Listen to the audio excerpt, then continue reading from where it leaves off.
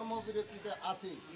দীর্ঘদিন যাবৎ আমরা আমাদের চাকরি জাতীয়করণের উদ্দেশ্যে আমরা বিভিন্ন সময় আন্দোলন করে আসছি, কিন্তু আওয়ামী লীগ, বিএনপি, জাতীয় পার্টি কোনো দলই আমাদের এই আন্দোলনকে স্বীকৃতি না দিয়ে, আমাদের দাবিকে আদায় না করে এরা বিভিন্ন খাতে ব্যবহার করে আশ্বাস দিয়ে আমাদের আন্দোলনকে নস্যাৎ করছে।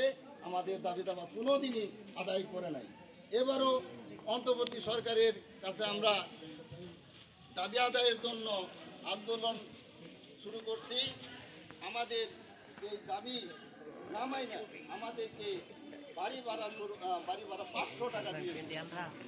এটা আমাদের সাথে একটা তামাশা শুরু করছে। আমরা সরকারের অর্থনৈতিক দুর্দশা লক্ষ্য করে আমরা 20% বাড়ি ভাড়া চেয়েছি।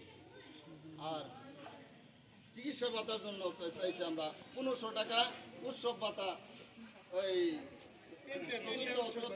কর্মচারীদের জন্য উৎসব ভাতা 75% আমরা চাইছি। এটা একবারে ন্যূনতম একটা দাবি।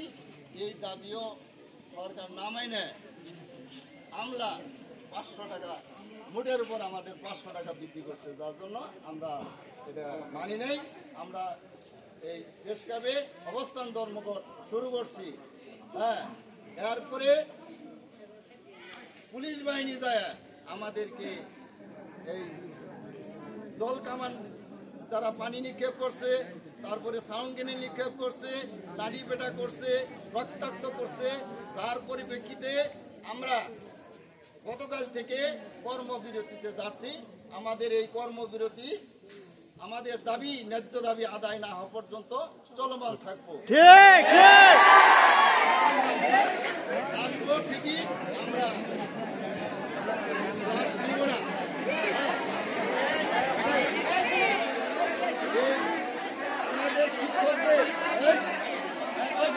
আমাদের শিক্ষকদেরকে নির্যাতন করছে, এর তীব্র নিন্দা জানাচ্ছি এবং প্রতিবাদ জানাচ্ছি। এই প্রতিবাদের সাথে তোমাদেরও একাত্মতা ঘোষণা করা উচিত। ঢাকা কলেজ এবং অন্যান্য স্কুল কলেজের ছাত্রছাত্রীরা আমাদের সাথে এই আন্দোলনের একাত্মতা প্রকাশ করছে। তোমাদেরও এটা আন্দোলনের করা উচিত।